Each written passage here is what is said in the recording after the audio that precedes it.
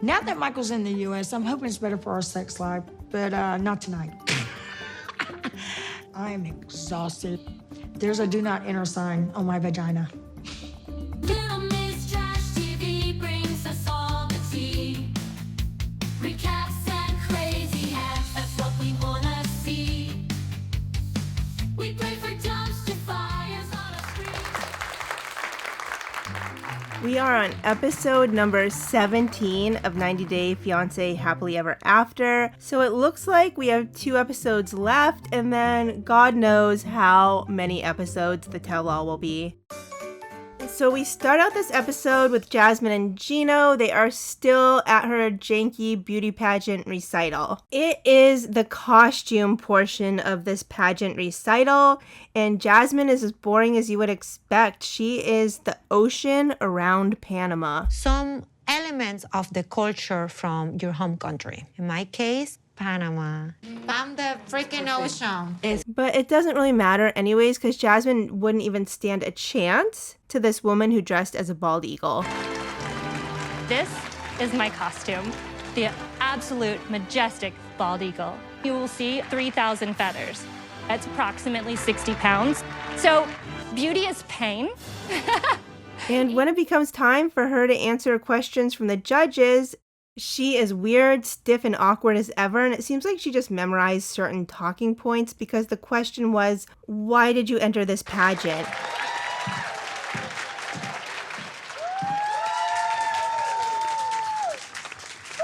And instead of giving the honest answer that, hey, I abandoned my kids in Panama and I got in a big fight with Gino because he left them off the visa, and I've been whining, crying, complaining, throwing smoothies at Gino, manipulating his family picnic to get here. Instead, she says she's trying to find her identity in America, and she would like to give a thanks and shout out to her Latina mom for raising her to be a proud Latina.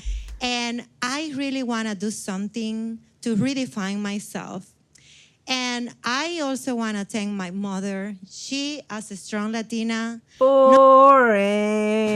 So despite the last 2 episodes with Jasmine kicking Gino out of the pageant recital, he somehow was there. We don't really get an answer of why he's still there. He gives some sort of weird, janky excuse, and Jasmine doesn't really say anything about him still being there. She's not surprised by it. But it doesn't matter anyways, because when they get back to the hotel room, she is ready to fly off the rails about something else. So we are revisiting an old fight, which is that Gino and her are not doing the boom boom, and that makes her feel ugly, unloved, and every other thing in the world. She is ranting, screaming, and crying. She's blaming Gino that he has a porn addiction and all these other things, and she is still refusing to listen to him. You made me feel ugly.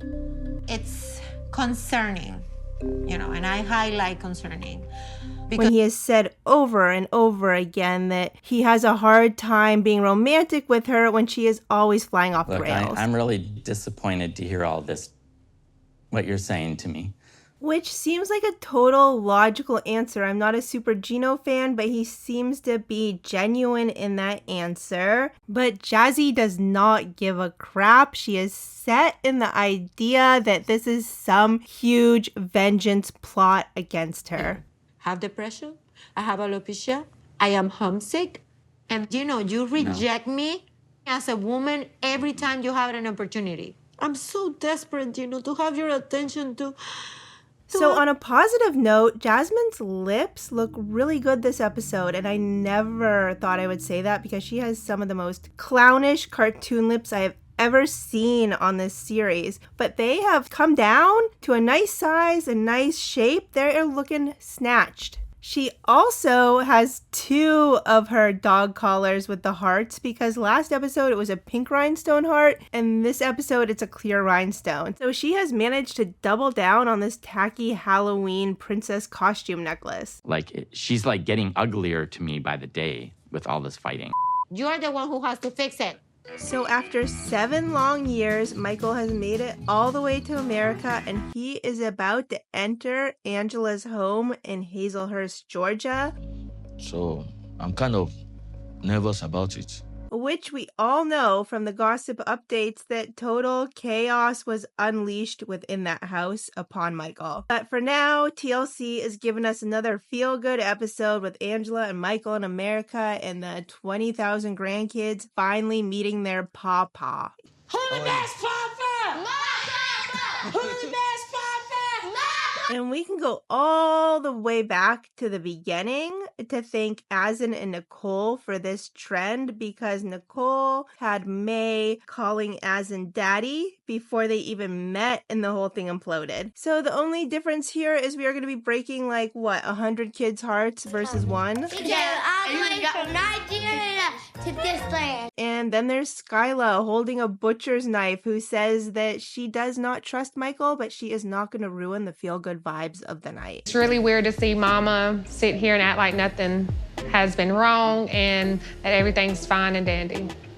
Then we switch channels and we are watching A&E's Hoarders as Angela gives Michael a tour of the house. In classic Hoarder style, Angela is blaming the grandkids. She is blaming everyone but herself for the hoard. Oh my God.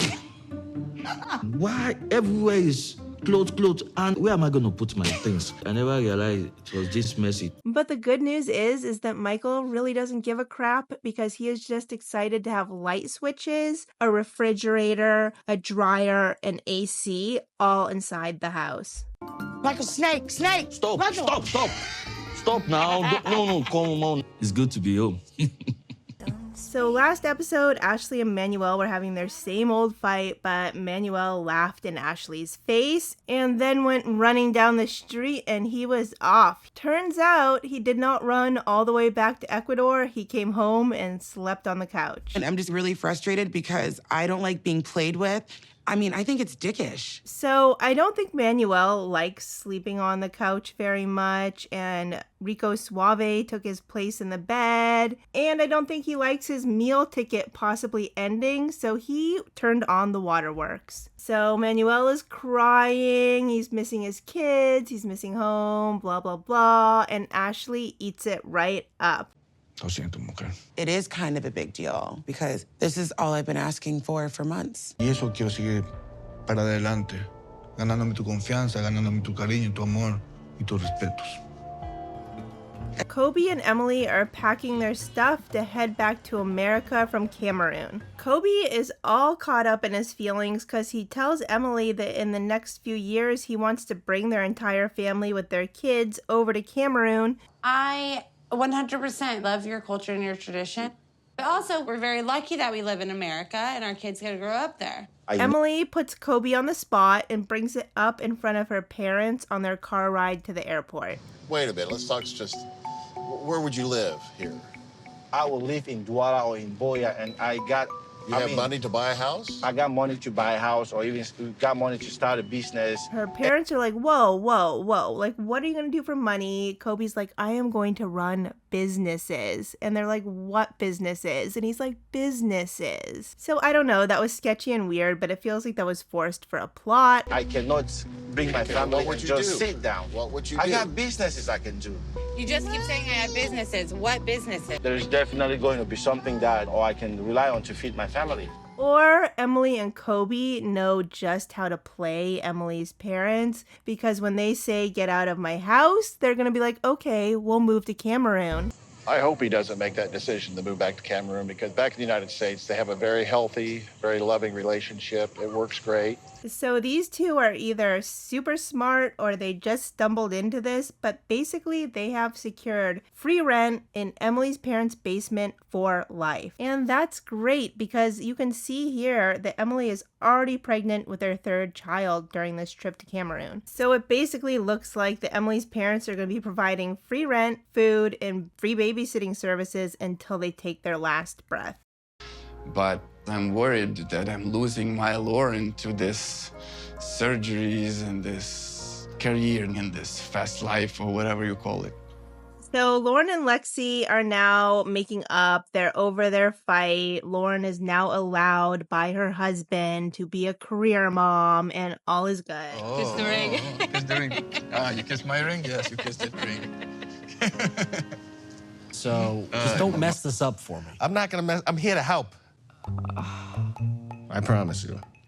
So we are now on a mini vacation within Thais and Patrick's vacation to Brazil. The mini vacation was planned so Patrick and Thais' dad could get closer, and Patrick could ask Thais' dad for his approval to marry and have a child with his daughter, which he already did. Somehow, some way, me and Carlos seem like we're getting along and bonding, even though obviously the communication's not there. It just seems like sometimes you just, get along with somebody. Their plotline is just so straight up dumb, and it gets dumber because John and Thais' dad are now instantly buddies, and Patrick's all butthurt over it. Carlos and John have like this instant buddy connection. I didn't like that too. And that's weird because they don't speak the same language. Yeah.